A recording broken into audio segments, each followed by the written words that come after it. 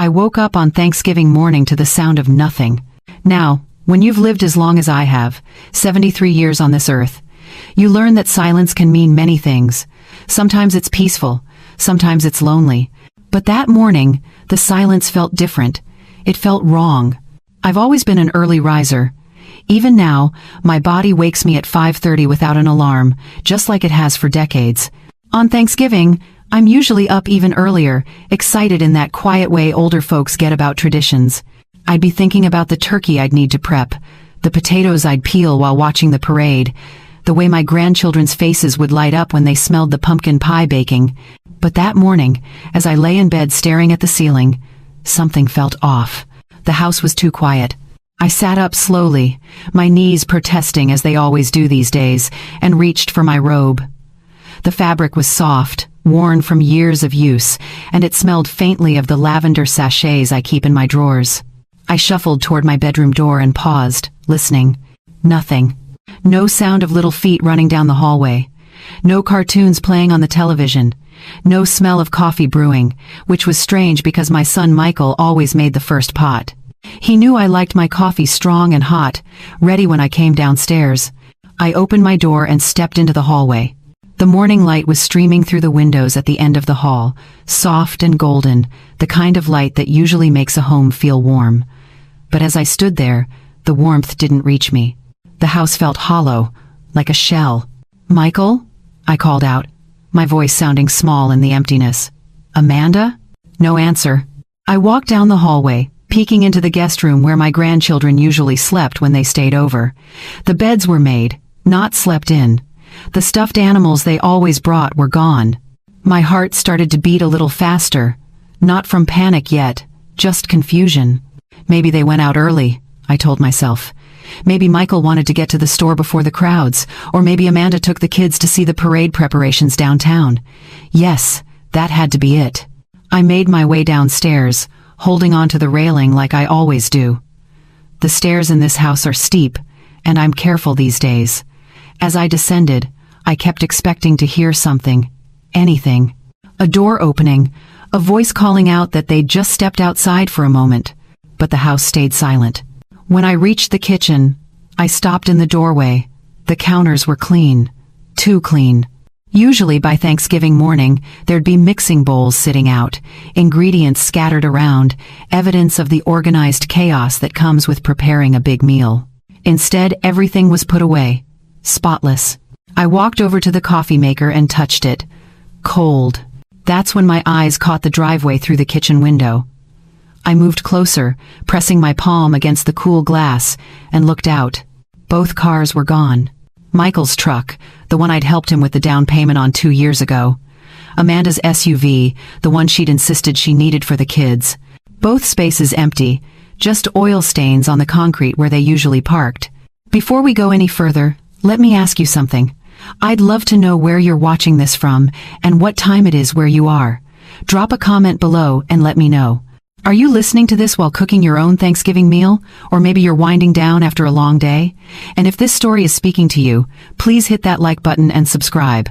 I share these stories because I believe we all need to hear each other's truths, and your support means the world to me. Now, let me continue. I turned away from the window, my mind trying to make sense of what I was seeing. There had to be an explanation. Michael wouldn't just leave without telling me. We'd talked about today just yesterday. He'd asked me what time I wanted to start cooking, whether I needed him to pick up anything from the store. And then I saw it. A piece of paper on the counter, folded neatly and held down by the little turkey-shaped magnet I'd bought at a craft fair years ago. My hands felt strangely steady as I picked it up and unfolded it. The handwriting was Amanda's. Neat, slightly slanted, the kind of handwriting that always looked effortless. I read the words once, then again. Then a third time, as if reading them more carefully would change what they said. "Mom, please don't worry. We decided to spend Thanksgiving in Hawaii this year. You wouldn't have liked the flight, so we thought it best to let you rest at home. Back in a week. Love, Amanda." I stood there holding that note, and the strangest thing happened. I didn't cry. I thought I would. I thought I'd feel my throat close up, my eyes burn, my chest tighten with that awful pressure that comes right before tears. But none of that came. Instead, I felt very, very calm. I read the note one more time, focusing on specific words. We decided. Not, we wanted to ask you. Not, we hoped you'd understand. Just, we decided. And that part about the flight. You wouldn't have liked the flight.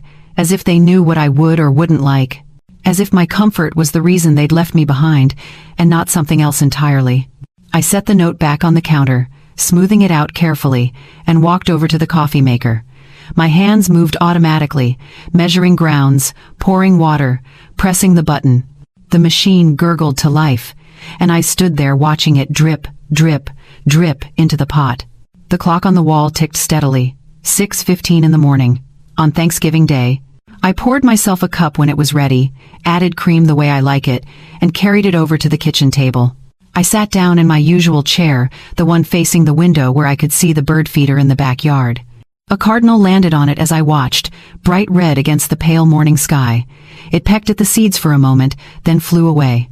I sipped my coffee slowly, letting the warmth spread through me, and for the first time in a very long time, I let myself think clearly. Really, truly, clearly. Not about what I should feel, or what a good mother would do, or how I should react to keep the peace. Just what was actually true. And the truth was this. I was sitting alone in a house on Thanksgiving morning, drinking coffee I'd made myself, after my son and his family had flown to Hawaii without telling me. They'd left a note. Not made a phone call. Not invited me. Not even had the decency to tell me to my face. A note. I set my coffee cup down and looked around the kitchen. At the refrigerator I'd bought when they said their old one wasn't big enough. At the new curtains I'd sewn because Amanda wanted something more modern. At the table where I'd shared hundreds of meals, always making sure everyone else had seconds before I took any for myself. And sitting there in that silent house, with that note on the counter and an empty driveway outside, something inside me shifted. I didn't cry. I just started thinking. Sitting there with my coffee, my mind drifted back. Not to escape what had just happened, but to understand how I'd arrived at this moment. It started 3 years ago, when my husband Harold passed away. We'd been married for 48 years. He went peacefully in his sleep, which everyone said was a blessing, and maybe it was. But peaceful or not, losing him left a hole in my life that I didn't know how to fill. Our little house, the one we'd bought when Michael was just a baby, suddenly felt too big and too empty all at once. I remember standing in our bedroom a few weeks after the funeral, looking at Harold's side of the closet. His shirts still hung there, pressed and waiting. I couldn't bring myself to touch them yet. That's when Michael showed up. He'd been checking on me regularly, calling every day, stopping by with groceries I hadn't asked for. At first, I was grateful. It felt good to know someone cared, that I wasn't completely alone in the world. One evening, he sat me down at my kitchen table, the same table where Harold and I had shared thousands of meals. "Mom," he said, his voice gentle, concerned. "I've been thinking, you shouldn't be alone right now. It's not healthy." I told him I was managing just fine, and I was. Grief is hard, but I'd learned over the years that being alone and being lonely are two different things. But Michael persisted. "Amanda and I have been talking. We have that extra room downstairs. The kids would love having you closer. And honestly, Mom, we could use your help. Amanda's working full-time now, and daycare is so expensive." The way he said it made it sound like we'd both be helping each other. Like it was a partnership. "You could stay in your house," he continued, "but wouldn't it be nice to wake up to the sound of the grandkids, to have family around?" When he put it that way, how could I say no? I thought about those quiet mornings in my empty house, making coffee for one, eating dinner alone while the television hummed in the background. The idea of being surrounded by life again, by laughter and noise and purpose, felt like exactly what I needed. So I said yes. Michael was thrilled. He hugged me tight and promised it would be wonderful. "We're going to take such good care of you, Mom." What he didn't mention right away was that he needed help with the down payment on a bigger house. The one they were renting was too small, he explained, but if we pooled our resources, we could get something really nice. Something with room for everyone. I had the money. Harold had been careful with our savings, and the life insurance policy had been generous. Michael said I could think of it as an investment in our family's future. I wrote the check without hesitation. Looking back now, I can see how it all unfolded. But at the time, I was just a widow who wanted to feel needed again. The first few months in the new house were exactly what Michael had promised. I'd wake up to the sound of my grandchildren giggling in the next room. Amanda would ask my advice about recipes. Michael would sit with me in the evenings and tell me about his day at work. I felt useful again. I took care of the kids while Michael and Amanda worked.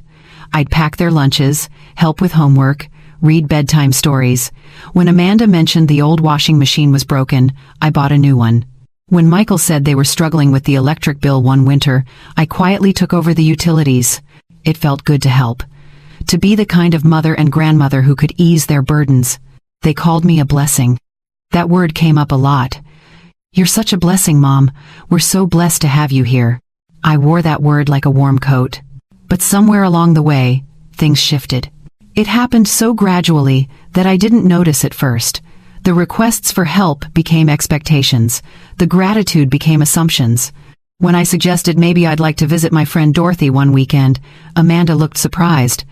"But who'll watch the kids?" When I mentioned I was tired one evening and might skip cooking dinner, Michael seemed annoyed. "We were counting on you, Mom." The phrase, "we were counting on you," came up more and more. I started to feel less like family and more like staff. But I told myself I was being sensitive. They were busy, stressed, working hard. Of course they relied on me. That's what family does. We help each other. Then came the moment that should have woken me up sooner. It was about 6 months ago. I wasn't feeling well, just a spring cold, and I'd gone to lie down early. I was in my room with the door cracked open when I heard Amanda on the phone in the hallway. I know, she was saying to someone, her voice carrying that tone people use when they're venting. She means well, but she's so set in her ways. Everything has to be done her way, and honestly, sometimes it's just easier to work around her. There was a pause while the person on the other end spoke. "Oh, we can't ask her to leave," Amanda continued. "Michael would never forgive himself. Plus, she helps with so much. The bills, the kids, we'd be lost without her money, honestly." Her money. Not her. Her money. I lay very still in my bed, staring at the ceiling, feeling something cold settle in my chest. She kept talking. "But, between you and me, sometimes I just want my house back. You know what I mean? Like, it's nice having the help, but I miss having our own space. Our own space." As if I was intruding. As if this wasn't the house I'd helped buy. I didn't confront her. I didn't mention what I'd heard. I just filed it away in some quiet corner of my mind and kept going. Because what else could I do? Where else would I go? I convinced myself I'd misunderstood. That Amanda was just having a bad day. That she didn't really mean it the way it sounded. But after that, I started noticing other things. The way they'd make plans without asking if I wanted to join. The way Amanda would reorganize the kitchen after I'd cooked, moving things to where she preferred them. The way Michael would talk about his house and his mortgage, even though my name was on half the paperwork and I'd paid far more than half the bills. I was living in their space, cooking in their kitchen, helping raise their children. But I was doing it with my money, on my time, with my energy. Sitting at that kitchen table on Thanksgiving morning, holding my coffee and staring at that note, all of those memories arranged themselves into a pattern I couldn't ignore anymore. I hadn't been invited to live with them because they loved me. I'd been invited because I was useful. And the moment I wasn't useful, the moment I might be inconvenient, they'd left me behind without a second thought. I finished my coffee and stood up slowly. For 3 years, I'd convinced myself this was my home. But it wasn't. It was their house. One I'd been paying for while pretending I belonged. And as I rinsed my cup in the sink and placed it carefully in the dish rack, I realized something that should have scared me but didn't. I was done pretending. I picked up that note again. My fingers traced over Amanda's handwriting, smooth and confident. She'd probably written it quickly, maybe while packing her suitcase, squeezing it in between choosing swimsuits and booking excursions. "You wouldn't have liked the flight." That sentence bothered me more than the rest. Not because it was cruel, but because it was so casual, so certain. As if she knew me well enough to decide what I would or wouldn't enjoy without ever asking. Had I ever said I didn't like flying? I couldn't remember. Harold and I had flown to visit his sister in Arizona years ago. It was fine. A little cramped maybe, but nothing I couldn't handle. But that wasn't really the point, was it? The point was that they'd made a choice. A family vacation. Hawaii, Thanksgiving week. And somewhere in all that planning, All those excited conversations about beaches and resorts and luau's, they decided I didn't fit. I folded the note and set it down. My hands felt steady. My mind felt clear. I walked through the living room slowly, my slippers shuffling against the hardwood floor I'd paid to have refinished last year. The morning light was stronger now, pouring through the windows and illuminating everything with that particular brightness that makes dust particles visible in the air. I stopped in front of the television, 65 inches, mounted on the wall. Michael had wanted it for the Super Bowl 2 years ago. Amanda had thought it was too big, too extravagant. But when I offered to buy it as a Christmas gift, suddenly it was perfect. I ran my hand along the back of the sofa. Cream-colored, modern, the kind with clean lines and firm cushions that look beautiful but aren't particularly comfortable. Amanda had seen it in a catalog and fallen in love. $3,000. I'd paid for it without blinking. The coffee table, the end tables, the lamps, the bookshelf, all mine. I moved into the kitchen, opening cabinets one by one. The dishes, the glasses, the set of copper pots Amanda had admired at a kitchen store. I'd bought those for her birthday, watching her face light up as she opened the box. The refrigerator hummed beside me. Stainless steel, French doors, ice maker built into the door. Their old one had worked just fine, but Amanda wanted something that matched her vision for the kitchen. I'd made that vision possible. The washer and dryer in the laundry room, the patio furniture on the back deck, the lawnmower in the garage, the router that kept their internet running. Even the fancy blender that sat on the counter, the one Amanda used every morning for her smoothies. I'd paid for all of it. Not because they'd asked, really. They'd mentioned needs, expressed wishes, made comments about how nice it would be to have this or that. And I'd stepped in, opened my wallet, solved the problem. Because that's what I thought love looked like. I walked back to my bedroom and sat on the edge of my bed. On my nightstand was a photograph of Harold, taken maybe 10 years before he died. He was smiling at something outside the frame, his eyes crinkled at the corners the way they always did when he laughed. "What would you think about all this?" I asked his picture softly. Harold had always been practical, generous but clear-eyed. He would have seen what was happening long before I did. He probably would have pulled me aside months ago and asked me, gently, why I was working so hard to buy affection. I touched the frame, then opened the drawer of my nightstand. Inside was a blue folder, the kind with pockets and a little elastic band to keep it closed. I'd always been organized, the type of person who kept receipts and warranty cards and instruction manuals filed away neatly. Harold used to tease me about it. "You keep track of everything," he'd say, shaking his head with amusement. I pulled out the folder and opened it. Page after page of receipts. Every major purchase I'd made since moving into this house, each one with my name printed clearly at the top. Some were years old, the paper starting to yellow at the edges. Others were recent, still white and crisp. Television, sofa, appliances, furniture. I even had the receipt for the down payment on the house itself, the cashier's check made out with my signature at the bottom. I flipped through them slowly, not reading every word, just remembering. Each piece of paper represented a moment when I'd thought I was helping. When I'd believed I was being a good mother, a good grandmother, a valued member of the family. But looking at them now, they felt different. They felt like proof. I closed the folder and held it in my lap, feeling its weight. Not heavy, really, but substantial, important. "It's all mine anyway," I whispered to the empty room. The words surprised me, not because they weren't true, but because saying them out loud made something shift inside my chest. Something that had been tight for a very long time loosened just a fraction. I stood up and walked to my closet, pulling out my phone from where I'd left it charging overnight. I didn't use it much, mostly just to call Dorothy or check the weather. But I knew how to look things up when I needed to. I typed slowly, my fingers not quite used to the small keyboard. Moving company near me. Several results appeared. I scrolled through them, reading reviews, looking at ratings. One had particularly good comments. Family owned, people said. Professional, respectful. I tapped the phone number. It rang 3 times before someone answered.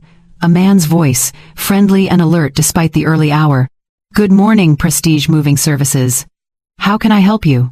I took a breath. "Good morning. I need to schedule a move. Tomorrow, if possible." There was a brief pause. "Tomorrow?" "That's Thanksgiving, ma'am. We do work holidays, but there's an additional fee." "That's fine," I said, my voice calm and certain. "I can pay whatever it costs." "All right then." I could hear him clicking on a keyboard. "Can I get your name and address?" I gave him the information, speaking clearly, taking my time. "And how much are we moving? Full house or just a few items?" I looked around my bedroom, then thought of the living room, the kitchen, the garage. "Quite a bit," I said. "I'll have a list ready for you when you arrive." "Perfect. We can have a crew there by 8 in the morning. Does that work?" "That works beautifully," I said. We finished the details, and I hung up. The house was still quiet around me, but the silence felt different now. Not empty, not sad, just waiting. I walked to my desk and pulled out a notepad and pen. At the top of the first page, I wrote, "Items to move." Then I started writing. Every single thing I'd ever paid for. I sat at my desk for the rest of that morning, the blue folder open beside me, my pen moving steadily across the paper. It's funny how much you can forget when you're not paying attention. But when you sit down and really look, really remember, it all comes back. The television came first on my list. That was easy. I could picture Michael's face when I told him I wanted to get it for Christmas. He'd tried to protest, said it was too much, but his eyes had lit up in a way that told me he wanted it desperately. Next, the sofa set. I remembered the day Amanda and I went shopping for it. She'd walked through that furniture store like a woman on a mission, pointing at different pieces, sitting on them, testing them. When she finally found the one she loved, she'd turned to me with this hopeful expression. "It's beautiful, isn't it?" she'd said. And it was. Still is, really. Even if I've never found it comfortable. I wrote it down, then added the matching armchair and ottoman, the coffee table that went with the set. The kitchen appliances took up half a page by themselves. The refrigerator had been Amanda's idea after they moved in. She'd said the one that came with the house was outdated, didn't match her vision. I'd suggested maybe we could get it painted or add new handles, something simple. But she'd pulled up pictures on her phone, showing me these sleek, modern refrigerators with water dispensers and special temperature zones. "Wouldn't it be wonderful, Mom?" she'd asked. "To have something really nice?" So I'd bought it. Had it delivered and installed while they were at work, wanting to surprise them. The microwave, the stand mixer, the food processor, the espresso machine Michael had mentioned wanting just once in passing, and that I'd ordered online the next day. I remembered the blender particularly well. Amanda had seen it at a friend's house and talked about it for weeks. Top of the line, commercial grade, the kind that could pulverize anything. $600. I'd bought it for her birthday and wrapped it myself, watching her unwrap it with genuine joy. "You're too good to me, Mom," she'd said, hugging me. At the time, I'd felt warm all over, proud, happy to make her happy. Now, writing it down on my list, I felt something different. Not quite sadness, more like recognition. The washer and dryer were next. Their old set had broken down about a year ago, and Michael had been stressed about the cost of replacing them. He'd started researching second-hand options, talking about how maybe they could make do with going to the laundromat for a while. I'd told him not to worry, told him I'd take care of it. The new set I bought wasn't second-hand. It was top of the line, with all the settings and features Amanda had admired at her sister's house. Steam clean, delicate cycle, extra capacity. "This is too much, Mom," Michael had said when they were delivered. But he'd accepted them anyway. I flipped to the next receipt in my folder. The lawnmower, the patio furniture, the grill Michael used every summer weekend. Page after page of purchases, each one connected to a memory, a moment, a feeling. The thing about giving is that it can feel so good in the moment. You see someone you love light up with happiness, and you think, yes, this is what I'm supposed to do. This is how I show I care. But there's a difference between giving freely and giving because you're afraid of what will happen if you stop. I'd crossed that line somewhere, and I hadn't even noticed. By the time I got to the utility bills, my hand was starting to cramp. I'd taken over the electric bill about 18 months ago. Michael had mentioned one month that it was higher than expected, something about the air conditioning running constantly during a heat wave. I'd offered to cover it, just that once, just to help. But once became twice. Twice became always. The water bill followed, then the internet, then the home insurance premium. Michael never asked directly. He'd just mention, casually, that money was tight, that things were expensive, that they were doing their best but sometimes it was hard. and I'd step in. Every time. I looked at my list, now covering 3 full pages in my neat handwriting. Each line represented money I'd spent. Yes. But more than that, it represented a piece of myself I'd given away while believing I was building something. A family, a home, a place where I mattered. I set down my pen and flexed my fingers, looking at the blue folder with its diminishing stack of receipts still to go through. But I had enough. More than enough. The afternoon sun was slanting through my bedroom window now, warm and golden. I checked the time. 2:30. I'd been at this for hours. My stomach rumbled quietly, reminding me I hadn't eaten anything since that early cup of coffee. I gathered my papers, tucked them back into the folder along with the receipts, and stood up. My knees protested, stiff from sitting so long, but I made my way downstairs. The kitchen felt different now. Not sad, not angry, just neutral. A space I was moving through, rather than living in. I opened the pantry and scanned the shelves. Amanda kept it well organized, everything labeled and arranged by category. My eyes landed on a can of pumpkin puree, pushed toward the back. Pumpkin pie. My favorite. I'd planned to make 3 of them today. 1 for dinner, 1 for Michael to take to work next week, 1 to send home with my grandchildren. That had been the plan back when I thought I'd be spending today surrounded by family. Now, I decided I'd make just 1. A small one. For me. I pulled out the ingredients, setting them on the counter one by one. Flour, sugar, eggs, cream. The spices, cinnamon and nutmeg and ginger, their containers worn from years of use. My hands moved through the familiar motions, mixing the dough, rolling it out, pressing it into the pie tin. The filling came together easily, smooth and fragrant. As I slid the pie into the oven and set the timer, the kitchen filled with the scent of baking spices, rich and comforting, and entirely mine. I poured myself a glass of water and sat at the table, watching through the oven door as the pie began to set, its edges turning golden. For the first time in 3 years, I was cooking just for myself. Not thinking about whether Michael would want seconds, or if Amanda preferred less cinnamon, or if the grandkids would eat their vegetables if I promised them dessert. Just me. My pie, my kitchen, my choice. When the timer went off, I pulled the pie out and set it on the cooling rack. It looked perfect, the filling set just right, the crust flaky and golden brown. I didn't wait for it to cool completely. I cut myself a generous slice, plated it, and carried it to the table. The first bite was still warm, melting on my tongue with all those familiar flavors, sweet and spiced and perfect. I ate slowly, savoring every bite. And when I was done, I felt full in a way I hadn't in a long time. Not just my stomach. Something deeper. That night, I slept soundly. No tossing. No waking at odd hours. No lying in the dark wondering if I'd done enough, been enough, given enough. Just deep, peaceful sleep. Because tomorrow, everything was going to change. I woke up Friday morning at 5:30, just like always. But unlike every other morning in this house, I felt energized. Ready. I showered, dressed in comfortable clothes, and went downstairs to make breakfast. A proper one.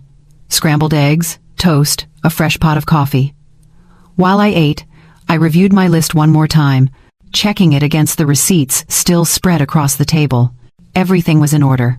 At 7:30, I heard the truck pull into the driveway. I looked out the window and saw a large white moving van with blue lettering on the side. 3 men climbed out, all young, probably in their 20s or 30s. They wore matching blue shirts and work gloves. I'd made cookies the night before, after my pie. Chocolate chip, because they're easy and everyone likes them.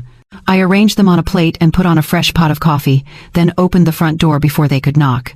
"Good morning," I said, smiling warmly. "You must be from Prestige Moving." The tallest one, with sandy hair and a kind face, stepped forward. "Yes, ma'am. I'm Jason. This is Marcus and Tyler. We're here for your move." "Wonderful. Please come in. I've made coffee and cookies. You'll need your energy today." They exchanged glances, probably surprised to be greeted with refreshments at 8 in the morning on Thanksgiving. But they followed me inside, wiping their feet carefully on the mat. "This is very kind of you," Jason said, accepting a cup of coffee. "Most people are usually stressed on moving day." "Oh, I'm not stressed at all," I said pleasantly. "I've been planning this very carefully. Tyler, the youngest with freckles scattered across his nose, took a cookie and bit into it. His eyes widened. "These are really good, ma'am." "Thank you, dear. My late husband always said my chocolate chip cookies were the best he'd ever tasted." I set down the plate and picked up my folder. "Now, let me explain how this is going to work. I have a list of items to be moved, and I have receipts for each one. I want to make sure we're all on the same page." Jason set down his coffee cup, suddenly more businesslike. "Receipts?" "Yes. You see, everything we'll be moving today belongs to me. I purchased it all myself. I just want to be thorough, so there's no confusion." I handed him the list, and he scanned it, his eyebrows rising slightly as he read. "This is quite a lot of furniture and appliances." "I know. I've been generous over the years." I smiled softly. "But now it's time for these things to come with me to my new place." Marcus, who had been quiet until now, looked around the living room. "So we're taking the TV, the couch, the tables, everything in here?" "Everything on the list," I confirmed. "Would you like to see the receipts as we go? I find it helps to be organized." Jason looked at me for a long moment, and I could see the wheels turning in his head. He was smart enough to understand that this wasn't a typical moving job. But I'd been nothing but polite, had all my documentation ready, and was clearly in complete control of the situation. "That won't be necessary, ma'am," he said finally. "If you say it's yours, that's good enough for us. We just move what you tell us to move." "Perfect. Let's start with the living room, shall we?" They got to work, and I settled into the one chair I wasn't taking, watching them with my folder in my lap. Jason directed the other two with quiet efficiency. They wrapped the television carefully in blankets, securing it with tape. Tyler disconnected all the cables, coiling them neatly. Marcus helped lift the TV onto a dolly, and together they wheeled it out to the truck. Next came the sofa. It took all three of them to maneuver it through the doorway, tilting it at angles, communicating in that shorthand way people develop when they work together regularly. On three, 1, 2, 3. I watched them work, occasionally checking items off my list. Each piece of furniture that disappeared through that door felt like taking a breath after holding it too long. The coffee table, the end tables, the lamps, the bookshelf with all of Amanda's decorating books still on it. I'd bought the bookshelf. The books could stay.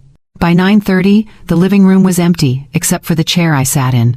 The space looked bigger somehow, the walls bare where frames had hung, the floor marked with indentations where furniture legs had rested. Sunlight streamed through the windows, illuminating dust particles floating in the air, making patterns on the hardwood floor.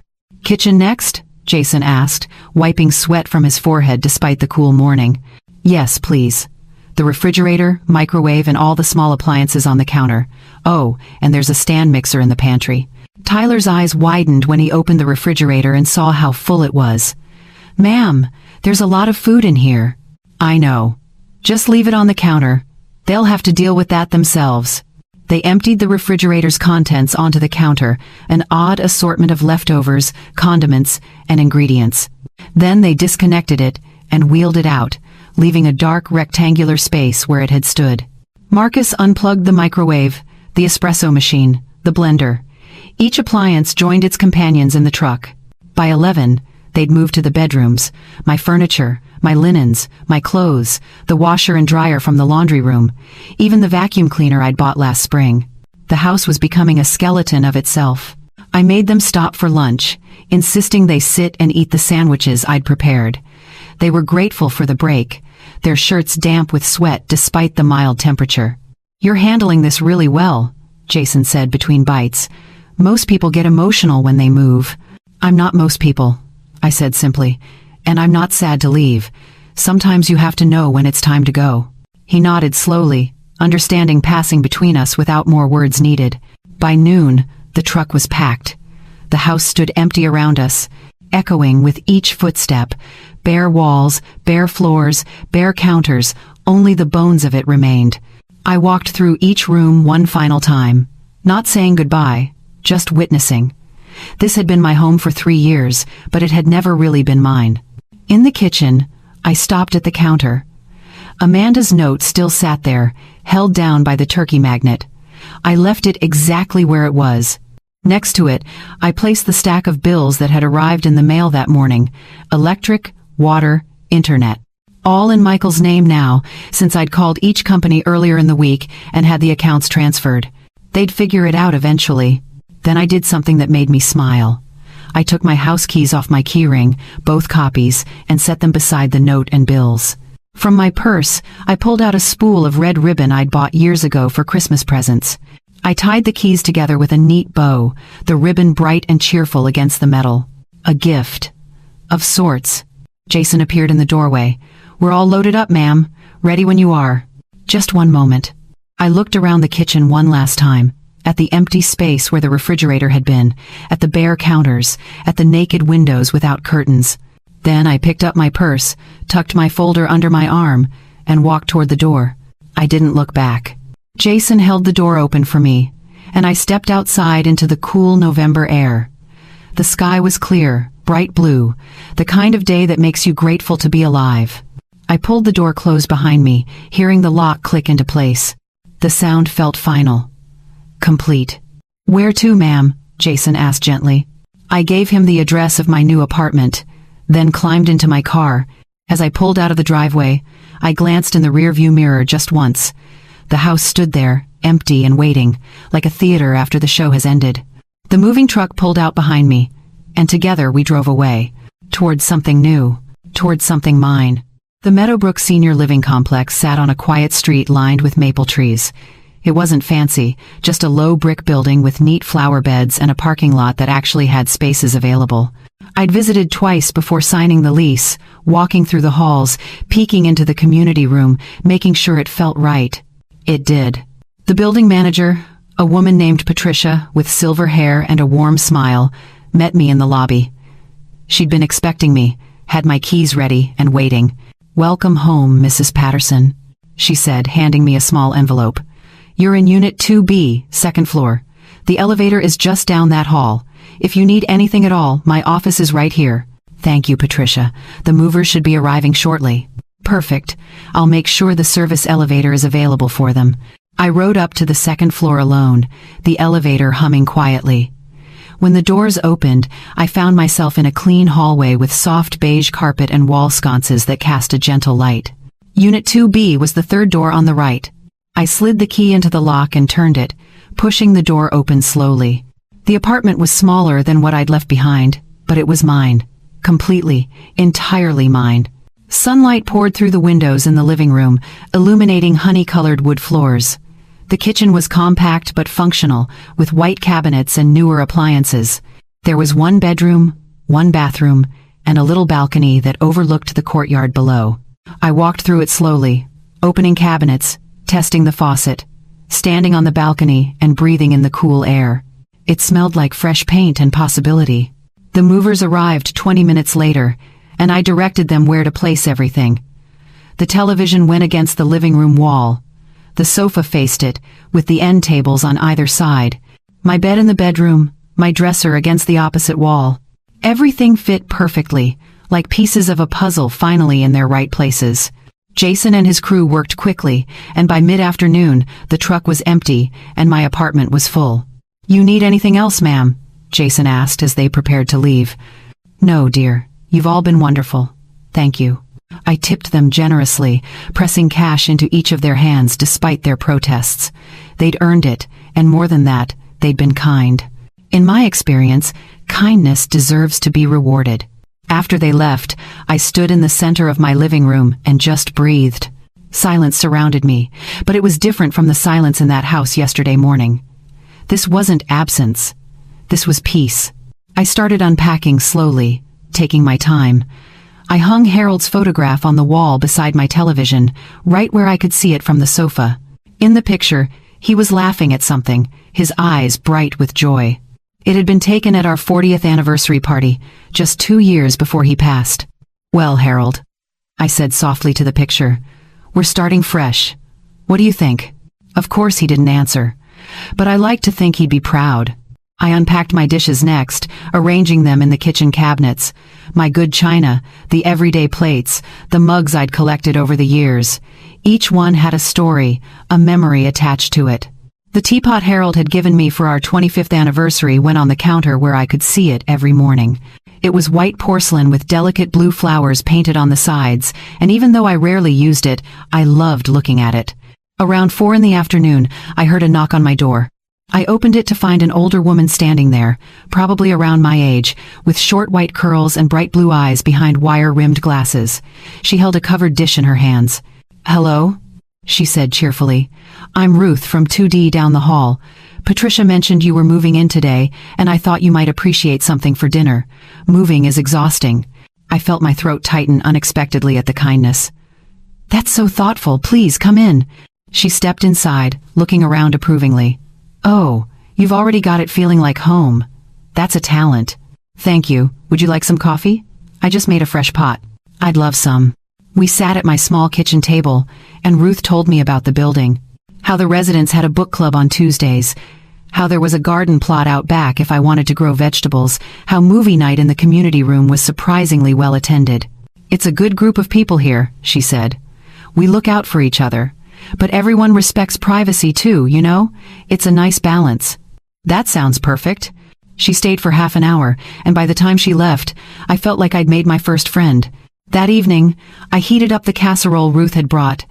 It was chicken and rice, simple but delicious, seasoned just right.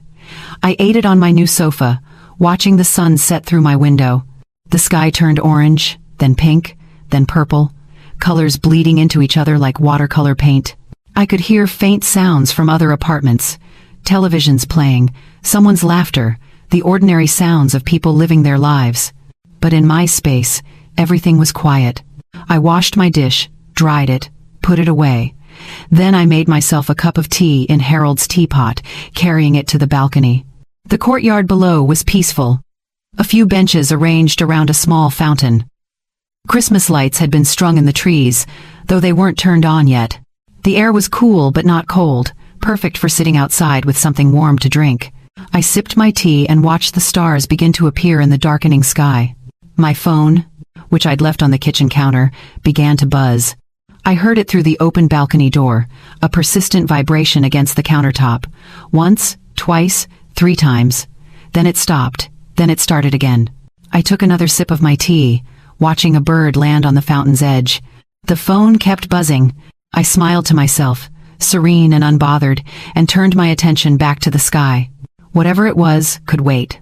For the first time in 3 years, I was exactly where I wanted to be, doing exactly what I wanted to do. And nothing, absolutely nothing, was going to disturb this moment. 5 days. That's how long my peace lasted before the storm arrived. I'd spent those days settling in, learning the rhythms of my new life. Morning coffee on the balcony, afternoon walks around the neighborhood, evening tea while reading books I'd been meaning to get to for years. Ruth stopped by twice more, and I'd met a few other neighbors. Everyone was friendly but not intrusive, exactly the balance I needed. On Wednesday evening, I was making dinner when my phone started buzzing. I'd left it on the charger in my bedroom, so at first I didn't hear it, but when I went to change into my pajamas after eating, I found it lit up and vibrating insistently. 18 missed calls. I picked it up, looking at the screen. Michael's name appeared again and again, interspersed with Amanda's. There were also a few calls from numbers I didn't recognize. My finger hovered over the screen for a moment. Part of me wanted to answer, to hear what had happened, to know if they were all right. But a larger part of me, the part that had been quietly growing stronger all week, told me to wait. So I did. I made myself a cup of chamomile tea and carried the phone to the living room. I sat on my sofa, the one I'd paid for and moved and now got to enjoy in peace, and opened my messages. The first one was from Amanda, sent that afternoon at 3:47 p.m. "Mom, we just got home. Where are you? Please call us." The next one came 10 minutes later.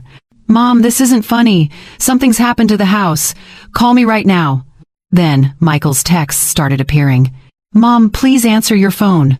The house was robbed. Everything's gone. We need to talk to you immediately." "Mom, I'm worried. Where are you?"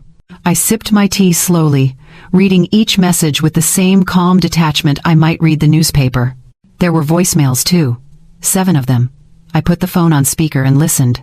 The first one was Amanda's voice, high-pitched and strained. "Mom, oh my God, Mom, where are you? We came home and the house is empty. Someone took everything. The TV, the furniture, even the refrigerator. We're calling the police. Please, please call us back." The second was Michael, trying to sound calm but failing. "Mom, it's me. Listen, something's happened while we were gone. I need you to call me as soon as you get this. It's important." The messages grew more frantic as they went on. Amanda crying, Michael's voice getting sharper, more demanding. Both of them asking where I was, if I was safe, what I knew. I finished my tea and set the cup down gently. Then I did something I'd set up before I left. Something I'd planned carefully, even though I hadn't been certain I'd need it. I opened the Ring camera app on my phone. Michael had installed the system 2 years ago, wanting to monitor packages and keep an eye on the house when they were away. He'd added me to the account so I could check on things when I was out. I'd never removed my access. The camera feed was still active. I scrolled back to that afternoon, to the moment they would have arrived home. The timestamp read 3:42 p.m. I pressed play. The video showed the front door opening.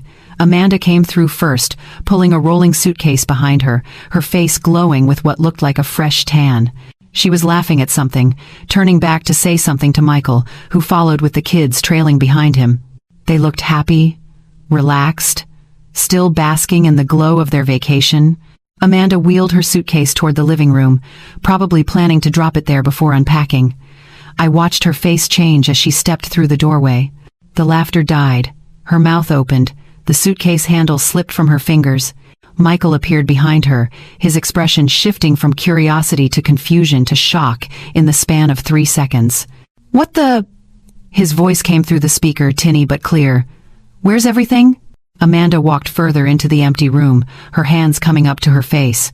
The couch, the TV, everything's gone. I watched Michael rush to the kitchen, heard him call out in dismay. "The refrigerator! Amanda, they took the refrigerator!" The children, sensing their parents' panic, started crying. The youngest clutched Amanda's leg while the older one asked what was happening over and over. Amanda pulled out her phone with shaking hands. "I'm calling 911. Michael paced through the frame, his hands on his head, looking around wildly as if the furniture might reappear if he just looked hard enough. How did someone take everything? How did nobody notice? I took another sip of my tea, watching my son spiral into confusion. There was something almost clinical about it, seeing their panic from this distance, through this screen. Like watching a play where I already knew the ending. Amanda's voice rose. "Yes, we'd like to report a robbery. Our entire house has been emptied. Everything's gone." Michael disappeared into another room, probably checking to see what else was missing. I heard him shout from off camera. "The washer and dryer too. They took the washer and dryer." A part of me, the part that had spent years being a mother, wanted to feel sorry for them, to see their distress and want to fix it, to make it better. But I couldn't, because this wasn't about them being hurt. This was about them finally understanding what they'd lost, what they'd taken for granted, what they'd left behind without a second thought. I fast-forwarded through the next hour, watched the police arrive, watched Michael and Amanda giving statements, gesturing at empty rooms, their faces drawn with stress and confusion. One officer walked through, taking notes. The other stood in the kitchen, apparently asking questions. I couldn't hear what they were saying, but I could imagine. What was taken? When did you notice? Do you have any idea who might have done this? Amanda kept shaking her head, wiping her eyes. Michael's face had gone from shocked to angry, his jaw tight, his movements sharp. They had no idea. Not yet, but they would soon enough. I watched a little longer, until the officers left, and Michael and Amanda were alone in the empty house, sitting on the floor because there was nowhere else to sit. Amanda had her head in her hands. Michael was on his phone, probably trying to call me again. I turned off the video. The living room around me felt warm and safe, filled with my furniture, my belongings, my choices. Outside my window, the evening had deepened into night, and the courtyard lights had come on, casting a soft glow over the fountain. My phone buzzed again. Another call from Michael. I looked at Harold's photograph on the wall. He seemed to be smiling at me with that knowing look he used to get when I finally stood up for myself about something. I didn't watch long. I said softly to his picture. I already knew how it would end. I silenced my phone, set it face down on the coffee table, and picked up my book. Whatever happened next, they'd have to figure it out themselves. The knock came 2 days later, Friday afternoon. I'd been expecting it, honestly. Not the exact timing, but the fact of it. I knew Michael and Amanda wouldn't let this go without pushing further, without trying every angle they could think of. I was in the kitchen making lunch, a simple grilled cheese sandwich, when I heard the firm rapping on my door. 3 knocks, evenly spaced, official sounding. I turned off the stove, wiped my hands on a towel, and walked calmly to the door. Through the peephole, I could see 2 police officers standing in the hallway. One was young, maybe late 20s, with dark hair and an earnest expression. The other was older, probably close to retirement age, with gray at his temples and the kind of face that had seen everything. I opened the door and smiled pleasantly. "Good afternoon, officers. How can I help you?" The younger one spoke first, pulling out a small notepad. "Good afternoon, ma'am. Are you Mrs. Margaret Patterson?" "I am." "Ma'am, we're here regarding a report filed by your son, Michael Wright. He claims there's been a theft at his residence, and he suggested you might have information about it." "Oh, I see. Well, please come in. Can I offer you some coffee? I just made a fresh pot." They exchanged a glance. The older officer smiled slightly. "That would be nice, thank you." I led them into my living room, gesturing for them to sit on my sofa while I went to pour coffee. My hands were perfectly steady as I prepared 2 cups, adding cream and sugar to a small tray, along with some of the cookies Ruth had brought over yesterday. When I returned, they were looking around my apartment, taking in the furniture, the television on the wall, the general coziness of the space. I set the tray on the coffee table and settled into my armchair across from them. "Please help yourselves." The younger officer accepted a cup gratefully. "Thank you, ma'am. This is very kind." "Not at all. Now, you mentioned my son filed a report?" The older officer set down his coffee and leaned forward slightly. "Yes, ma'am. He and his wife returned from a trip to find their home had been cleared out. Furniture, appliances, electronics. They seem to believe you might know something about what happened." I nodded slowly, as if considering this. "I see. Well, officers, I can certainly help clear this up. Would you like to see my receipts?" The younger one blinked. "Your receipts?" "Yes, dear. For all the items in question." I stood and walked to my desk, retrieving the blue folder I'd kept so carefully organized. I returned and handed it to the older officer. "Everything's in there. Every purchase, every payment. You'll see my name on each one." He opened the folder and began flipping through the pages. His partner leaned over to look as well, their expressions shifting from curious to understanding. The older officer read aloud from one of the receipts. 65-inch television, purchased December 2023. Margaret Patterson. He looked up at me. "You bought this?" "I did. A Christmas gift for my son. I have the credit card statement to match, if you need it." He continued reading. "Sofa set, $3,000. Refrigerator, $2,800. Washer and dryer set." He was quiet for a moment, then looked at me with something like respect in his eyes. "Ma'am, this is quite a lot of purchases." "I'm aware. I was helping my family. Or at least I thought I was." The younger officer was still looking through the receipts, his brow furrowed. "But these are all at the address where the theft was reported." "That's correct. I lived there for 3 years. I purchased those items while living there, with my own money, and I have proof of every transaction." I paused, taking a sip of my coffee. "When I decided to move out, I took what belonged to me." The older officer closed the folder carefully and set it on his lap. "Ma'am, if you don't mind me asking, why the sudden move?" I looked at him directly, my voice calm and clear. "I woke up on Thanksgiving morning to an empty house. My son, his wife, and their children had flown to Hawaii without telling me. They left a note saying I wouldn't have enjoyed the flight." I smiled softly. It made me realize some things about my situation. So I decided to make a change. The younger officer's expression softened. "They left you alone on Thanksgiving?" "They did." There was a moment of silence. The older officer picked up his coffee and took a long drink, then set it down with a sigh. "Mrs. Patterson," he said gently, "I don't see any crime here. Everything in this folder shows you legally purchased these items. You have every right to take your own property." "That's what I thought, but I wanted to be sure. I didn't want any misunderstandings." The younger one was still processing. "But your son thinks his house was robbed." "I imagine he does, but I didn't rob anyone. I simply removed my belongings from a home I was no longer living in." I gestured around my apartment. "As you can see, everything's here in my new place, where it belongs." The older officer stood, and his partner followed suit. "Well, ma'am, I think we have everything we need. Your documentation is thorough." He handed the folder back to me. "I appreciate the coffee and your time." "Of course. I'm sorry you had to make the trip for something that turned out to be a family matter rather than a criminal one. It happens more often than you'd think."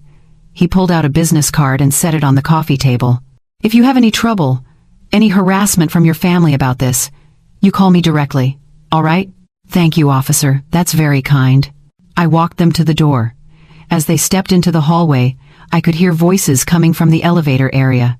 Raised voices, growing louder. Michael and Amanda. They must have followed the police here. The elevator doors opened and they rushed out, spotting the officers immediately. Amanda's face was red, her voice sharp. "Officers, did you talk to her? Did she tell you what she did?" Michael was right behind her, his expression dark. "She stole from us. She emptied our entire house." The older officer held up his hand calmly. "Mr. Wright, Mrs. Wright, we've reviewed the situation. Your mother has receipts proving she purchased everything that was removed from your home. She broke no laws." Amanda's mouth fell open. "But that's our furniture, our appliances." "Actually, ma'am, legally, they belong to whoever purchased them. Your mother purchased them. They're hers." Michael shook his head violently. "That can't be right. This is our house. She can't just take everything." "Sir, ownership of property is determined by who paid for it. Your mother has extensive documentation. There's nothing criminal here." I stood in my doorway, watching this exchange with quiet composure. Amanda's eyes found mine, filled with fury and disbelief. Michael looked like he wanted to say something but couldn't find the words. The younger officer spoke up. "Folks, I suggest you try to work this out as a family, but from a legal standpoint, the case is closed." The officers moved toward the elevator, leaving Michael and Amanda standing in the hallway, staring at me. For a long moment, nobody spoke. Then I stepped back into my apartment. "I hope you enjoyed Hawaii," I said softly, and I closed the door. The letter arrived 3 weeks later, delivered by certified mail. I signed for it at the door, thanking the postal worker, and carried it inside. The envelope was official-looking, with the county courthouse address in the corner. I set it on my kitchen table and made myself tea before opening it. Inside was a summons to small claims court. Michael and Amanda were suing me for emotional damages, claiming my actions had caused them undue stress and financial hardship. The amount they were seeking was $12,000. I read the document twice, then set it down beside my teacup. Ruth knocked on my door an hour later, catching me as I was watering the plants I'd placed on my balcony. "You look troubled," she said when I let her in. "Everything all right?" I showed her the letter. She read it, her eyebrows rising higher with each line. "They're suing you? After everything?" "Apparently." "Do you have a lawyer?" "I don't think I'll need one. I have my receipts, and the truth is fairly simple." I poured her a cup of tea. "Besides, I've learned that sometimes the best defense is just showing up prepared." "You're braver than I would be." I smiled. "Not brave, just tired of being afraid." The court date was set for early December, a gray Tuesday morning when the sky threatened snow but hadn't quite delivered. I woke early, as always, and took my time getting ready. I chose my nicest coat, the charcoal one with pearl buttons that Harold had always said made me look distinguished. A simple dress underneath, comfortable shoes, my small purse with the blue folder tucked safely inside. When I looked in the mirror, I saw a woman who was calm, ready, not angry, not anxious, just certain. The courthouse was downtown, a brick building with tall windows and stone steps leading up to heavy wooden doors. I arrived 15 minutes early, checking in at the clerk's desk and finding my way to the correct courtroom. The hallway outside was busy with people waiting for their cases. Lawyers in dark suits shuffled papers. Nervous-looking individuals sat on benches, whispering to companions. The whole place smelled like floor polish and old wood. I found a bench near the door and sat down, folding my hands over my purse. 10 minutes later, Michael and Amanda arrived. Amanda wore a navy blue suit, her hair pulled back severely, makeup applied carefully. She looked like she'd dressed to impress, to appear professional and wronged. Michael wore slacks and a button-down shirt, his tie slightly crooked. His face was already flushed, whether from the cold outside or from anger. I couldn't tell. They saw me immediately. Amanda's jaw tightened. Michael looked away, focusing on the floor numbers above the elevator instead. They sat on the opposite side of the hallway, not speaking to me, barely speaking to each other. The tension between us was thick enough to feel, but I remained still, unbothered, my hands resting peacefully on my lap. When our case was called, we filed into the courtroom together but separately, like strangers who happened to be walking in the same direction. The room was smaller than I'd expected. Fluorescent lights hummed overhead.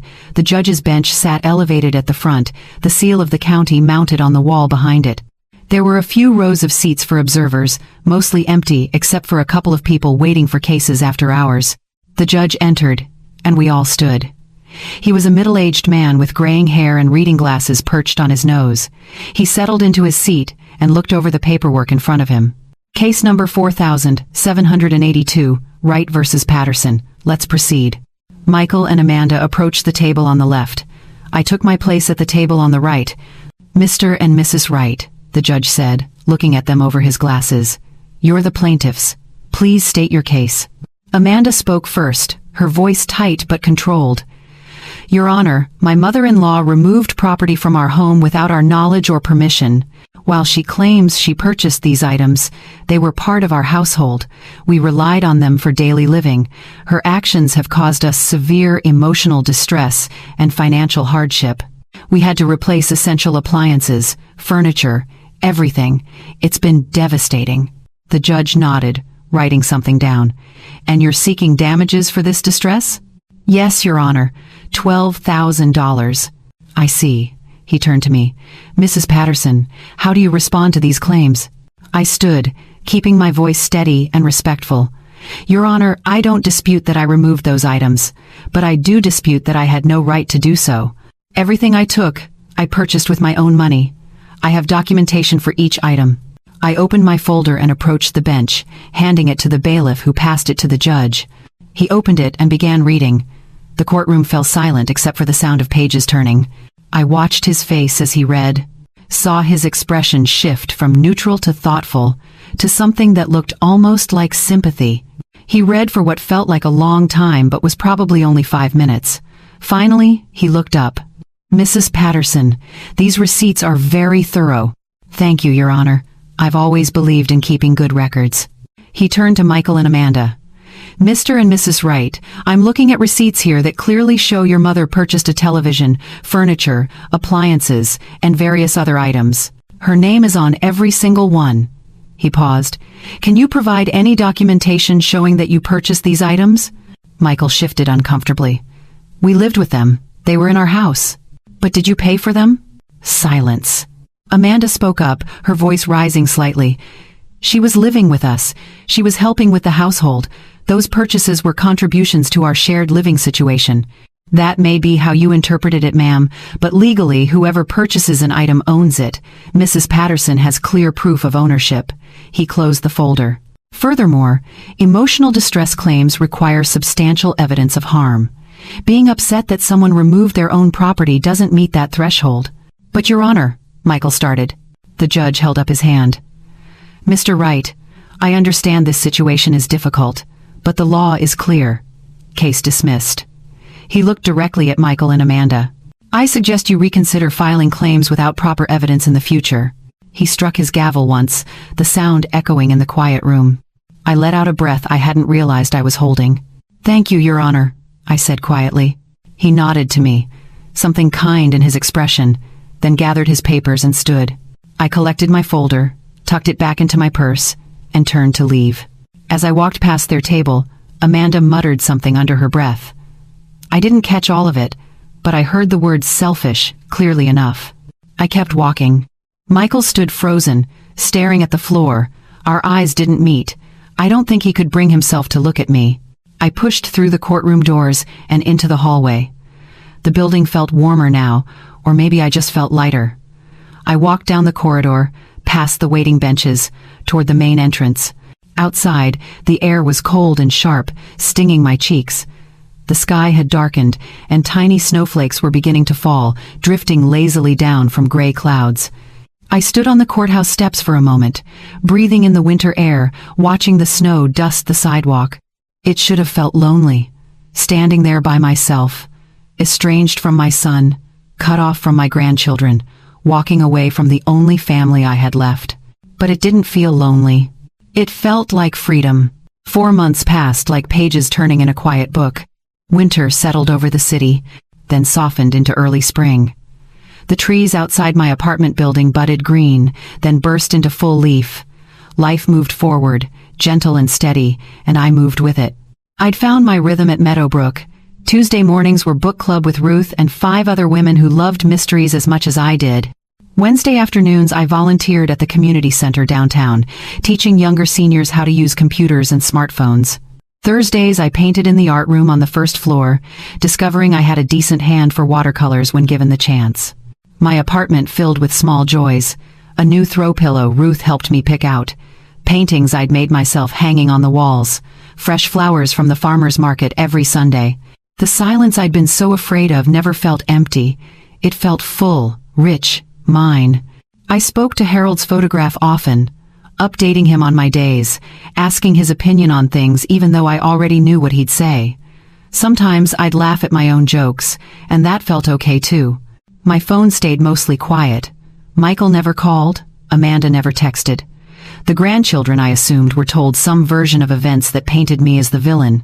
That stung, sometimes, late at night when my mind wandered, but it didn't break me, because I'd learned something important in these months. You can't make people value you.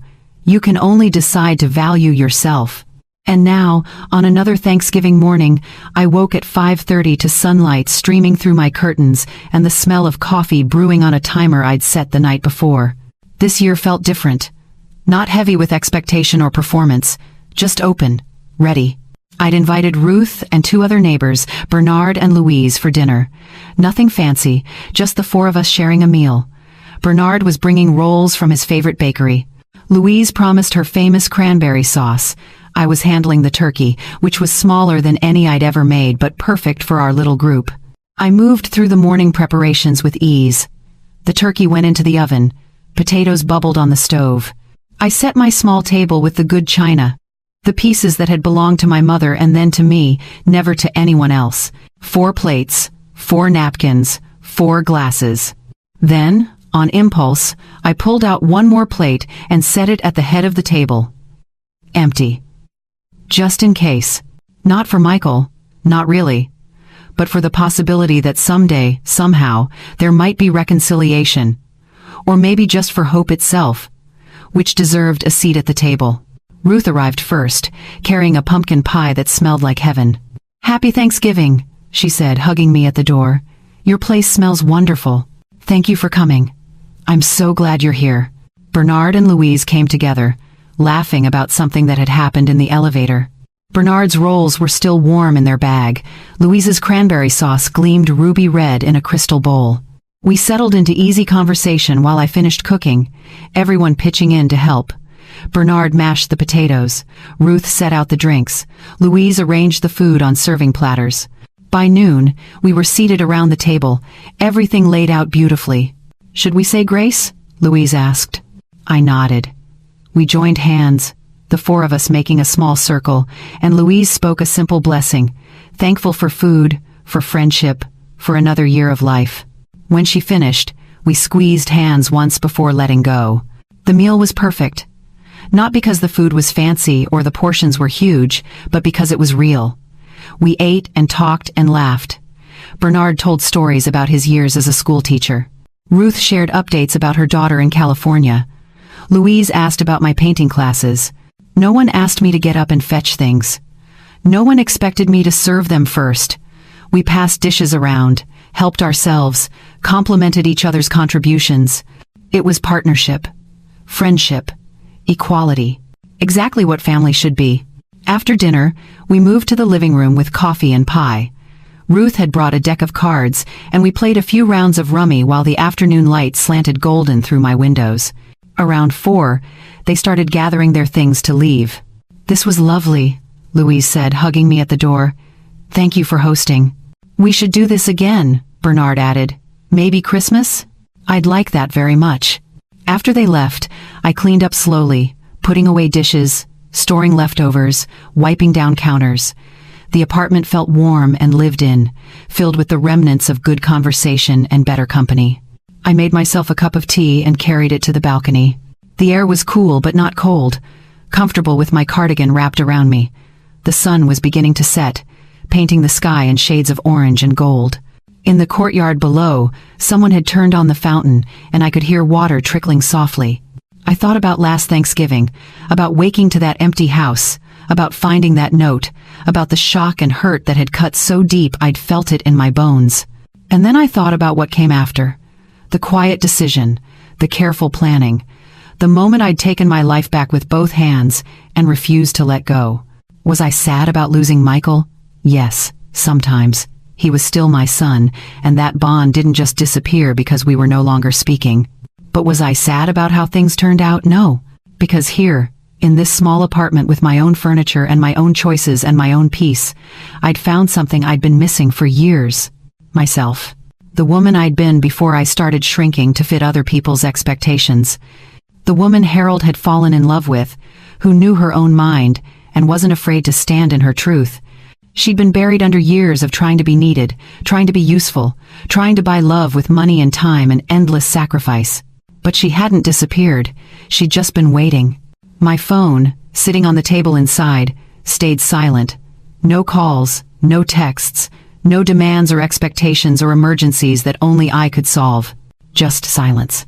And in that silence, I heard something I'd been missing.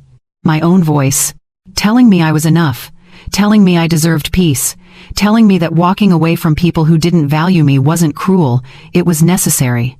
The sky deepened to purple, and stars began appearing one by one. I finished my tea and went back inside, closing the balcony door softly behind me. I looked at that fifth plate still sitting on the table, empty and waiting. I thought about removing it, putting it back in the cabinet where it belonged. But I left it there. Not because I expected Michael to show up. Not because I was holding on to false hope.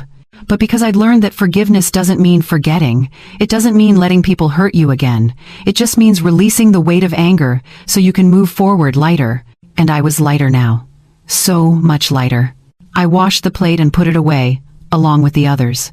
Then I turned off the lights, checked the locks, and headed to my bedroom. Before I got into bed, I stood in front of Harold's photograph one more time. "We did all right today," I told him softly. "I think you would have liked Bernard. He reminds me of you." In the photograph, Harold smiled his eternal smile. I climbed into bed and pulled the covers up, feeling the familiar comfort of my own space, my own choices, my own peace.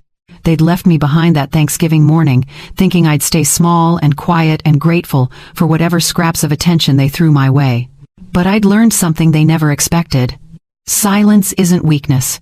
Sometimes, silence is how you find your strength. Sometimes, silence is how you take back your life. And sometimes, the bravest thing you can do is walk away from people who don't see your worth and build a life where you finally see it yourself. I closed my eyes and drifted into sleep, surrounded by peace I'd earned. Every bill in my name. Every item I used, purchased by me. Every morning that felt like a gift instead of an obligation. This was my life now. And it was beautiful. Before you go, I want to thank you for listening to my story. If it resonated with you, if you've ever felt invisible or taken for granted, I'd love to hear from you.